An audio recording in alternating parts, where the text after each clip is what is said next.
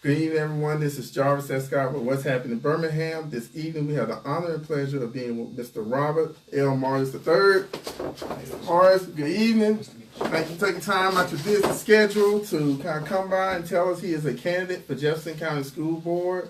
Mr. Mardis, tell us why you're running. Because in simple, short answer, is because I care. And it is a passion inside of me that I can't even control. Oh, I was 22, maybe 23, and I decided to join the volunteer committee at my job. And from there, I became a volunteer literacy tutor, volunteer mentor. But the only problem with that was there are 6-month commitments to each one of those roles. So in essence, I can only help 4 people in total a year. That wasn't enough for me. So I decided to get involved in the political process. And through that, I decided to join political organizations. I rose to leadership in some of those organizations. I've been the president of the UAB College Democrats, vice president of the Birmingham Young Democrats. I'm the current vice president, place 2 for the Alabama Young Democrats. I'm the recently appointed community service director for Young Democrats of America. I was even a part of the organization that helped fight to get the minimum wage raised here in Birmingham. But again, that wasn't enough for me. And as I started to reflect on some of the things that I've done, the things that I want to do, and what needs to be done, I feel like I haven't done enough. So what is the best way for me to get out and actually change the community the way I think that we should go about it? And that was to start in the school board.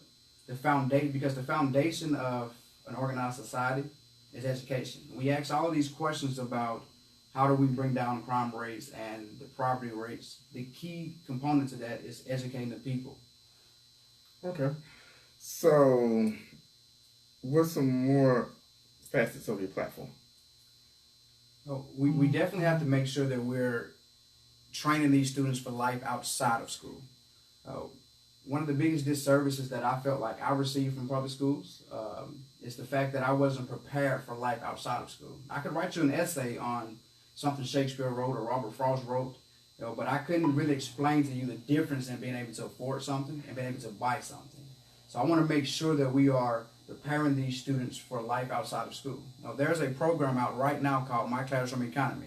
I'll give you a quick synopsis version of it, but you can definitely go to my Facebook page. It's Robert L. Mardis III for Jefferson County School Board, and there's a link where you can check out the full details of this video. But the program itself starts in kindergarten, and it goes all the way through 12th grade. So in kindergarten, you give them a classroom job, you're paid monopoly money, you pay rent on your desk. The program just continues to elevate as you go through school. But by the time you get to high school, you're paying a mortgage on your desk. You're taught how to get a mortgage loan. You're taught how to invest into the stock market. You're taught how to buy insurance. You're taught basically life one-on-one from a financial standpoint. And I think it would be very advantageous for these students to learn these things because now they have a foundation to draw back on, because there's a simulator within this program that those random everyday life scenarios that you, such as, your house is burned down, where you decided not to get adequate homeowners insurance, or your hot water heater, or your car, or anything like that's happened. So now, 10 years removed from graduating high school, if we have taught them that in high school, now when they get out into the real world and these scenarios are happening, we can make sure that they have a foundation that they can draw from to not put their financial standings in disarray. Okay, yeah, because that's one thing they don't teach in high school is about, money management. And of course, you get in college and student loan debt and credit card debt and just get out of control. Since you mentioned credit cards, I can give you a personal story. I was maybe 19 years old. And they kept sending me these little pre-approved credit cards. So I'm like, okay, I can get a $500 credit card. Why not? Right. I didn't read the fine print. Okay. $75 membership fee, $8 monthly fee. So even before you use the card, you owe them money. But even from my role as a mentor, speaking with some of these young folks, they don't understand how credit cards work. Some believe that if you charge $100, you owe $100. They don't calculate in the interest. And I try to explain to them paying the minimum is what's going to put you in debt because you're only paying the minimum. And I think if we can teach them these things, it ultimately will help us to bring down our enormously high credit card debt among our adults today. Okay. Well, the issue everyone's talking about right now is school safety. So, if elected, how would you work with the local school boards and also, in addition to that, law enforcement to make schools safer? school safety is right now the utmost importance, period. We have to make sure that these students are going home safely every day.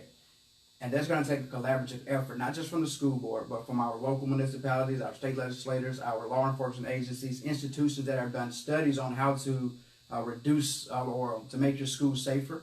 We have to partner with these folks. We have to actually have a real meeting of the minds and sit down and come up with tangible solutions. Some of the things I would propose to the table at that meeting, is to simply make sure that every single door that leads outside of schools lock automatically once they close. Now, you can still open them from the inside, just in case there's a fire or something, but if we can start to limit or control the flow of people who are just able to walk into schools, for my high school, for example, we had a gym door that stayed open all day, and this gym door leads right into the main school. And I know we're in high school, so we're probably a little more better suited to actually defend ourselves, but the point being is the door's just wide open for any and everybody to walk into this school during regular school hours. We also can reach out to our retired law enforcement officers who stay in their community. So let's just say I went to minor high school, so I'll say you stay in Adamsville, but you were a Jefferson County Sheriff's or Birmingham Police Department, and you retired, and you're staying in the city of Adamsville. I want to recruit you to become an additional resource officer at our schools, and we can put you on somewhat of a part-time basis so that we can keep the cost down to the school board. But I believe having more eyes and people being vigilant, we can deter, if not, we can deter a lot of these things from before they even happen. So that would be one of the things, some things that I would suggest. Of course, and the next issue was always talking about school safety is, of course, teachers. Mm-hmm. What are some programs, initiatives would you like implemented, if elected, to retain teachers and hire more teachers? Okay. So we all know the teachers are underpaid. They deserve more because, again, I believe education is the foundation, and you want to make sure you're teaching the trainers of that foundation. You want to make sure that you're showing that they're appreciated. We want to make sure that we're doing as much as we can to help our teachers. I understand we don't have the money to give them a pay raise that I think they deserve, but we can give other incentives. We can reach out to the teachers themselves, to ask the teachers themselves, what are some of the things that you would like us to help you with? Because, some of these teachers are buying their own supplies. We could, set up a program to where, and collaborate with these local businesses to say, could you adopt a classroom? And so you can have these teachers, put supplies in their classrooms. Or we can do something of your teacher of the month, or if you do something that, helps turn your school around. There was an article today, I forgot her name, but it's in Fairfield. She has a literacy program that's curtailed to end the school to prison pipeline. So if a teacher like that, why not buy her dinner for two? Or why not give her, a vacation for two? Just some along those lines. But I definitely want to make sure that we're opening up the avenues to talk to teachers to see what they need in their classrooms, because they're on a day-to-day basis, they're there with those kids and they know what they need. And I think at the end of the day, if we start to adequately equip our teachers, we can retain better teachers and show them that they're appreciated. We can attract better teachers as well. Okay. Well, this is the part of the interview where I get the candidate to lean into the camera and kind of tell people his final closing statement. So, Mr. Mardis, thank you again. Mm-hmm. For more information about more candidates, please check out what'shappeningbirmingham.com. Or if you're a candidate running for office, please feel free to give me a call at 205-538-4508 if you would like to set up an interview. Mr. Mardis, the floor is yours. Thank you, sir. Jefferson County.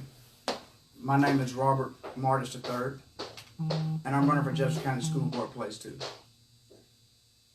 I'm running because I'm serious about seeing these young people have the opportunity that I have, that many of you had.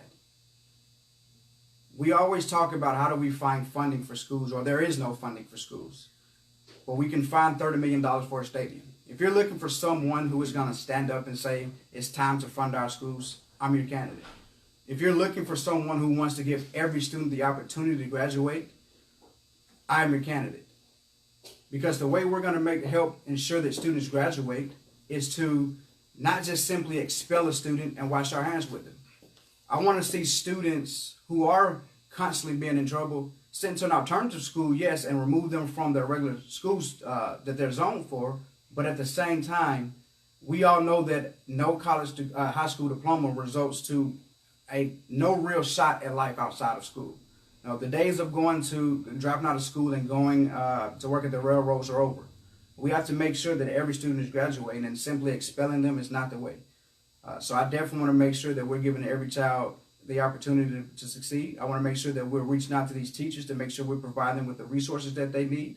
But we definitely have to make sure we're all collaborating on the same page. And I mean all of us. I mean our elected officials, school board, municipalities, state legislators, our local businesses, because we have to partner with those businesses to find out the job forecast of the future, so we can make sure that we're training these students for those jobs of the futures. Again, my name is Robert Mardis III, and I'm running for Jefferson County School Board Place 2. I would appreciate your vote on June the 5th. Thank you.